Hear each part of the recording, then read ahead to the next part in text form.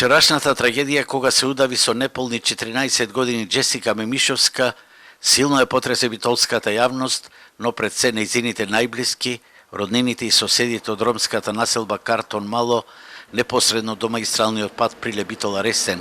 Денеска се фрли малку повеќе светлина како се случил трагичниот настан во базенот кај Довледжик. Топлото време вчера предпладне измамило 20 деца од ова населба, во која се живее со сметне чистотија и сиромаштија, да дојдат и да се бањаат. Во критичниот момент, Джесика, која помалку знаела да плива, ја охрабрила својата братучетка, 12-годишната Елизабета, да скокне и таа во базенот, која веднаш почнала да се дави. Джесика со една жена што се нашла таму, девојчето го спасиле, но таа потонала на дното од базенот и таму останала скоро 1 час. Кога рипнало Джесика натре во вода, и се чупето мој рипна и фати да се дави надолу да тони. И Джесика оѓе за да спаси брачеда му. Јарно на кревањето, таа пропадна, чупето извадеја моето. Извадеја на жена, видеа и се дави и ја извадеја. Кој извадеја чупето и почна да викат брачеда ми е долу, брачеда ми е долу. После 1 сат самата вода изваде горе, а водата гнаса катастрофа, матна не се гледа ништо на водата. Роднините кои чекаа да го земат девојчето од болничката капела, гневни се што концесионерот кој стопанисува со рекреативниот комплекс во Довледжик, иако базенот не планираат да работи, зошто го чуваат полн со вода и зошто немаат поставено чувари.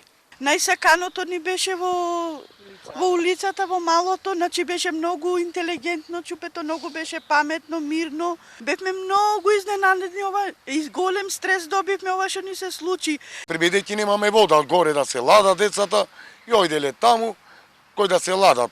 А тоа место не е добро, значи не е обезледено тоа место, како прво нема обезледување. Ако некој ги спречил, веројатно тие немале да влеза натре. Ако тој базен не работи, не би требало да има вода внатре. Денеска реагира и од партијата Демократски сили на ромите и барат надлежните брзо и ефикасно да ја завршат истрагата, без да се прикрива нечија одговорност, особено не на концесионерот кој соодветно не го заштитил објектот. Очекуваме овој случај надлежните органи да го расветлат најјасно и што побрзо. Очекувам одговорните за ова да превземат одговорност, значи превентивно, затоа што има и други дечина кои што налетуват, што може да дојде до вакви несакани случаи. Починатото девојче денеска беше предадено на семејството и погребано во муслиманските гробишта, а концесионерот, освен изјавите пред надлежните институции, не сакаше да го коментира настанот.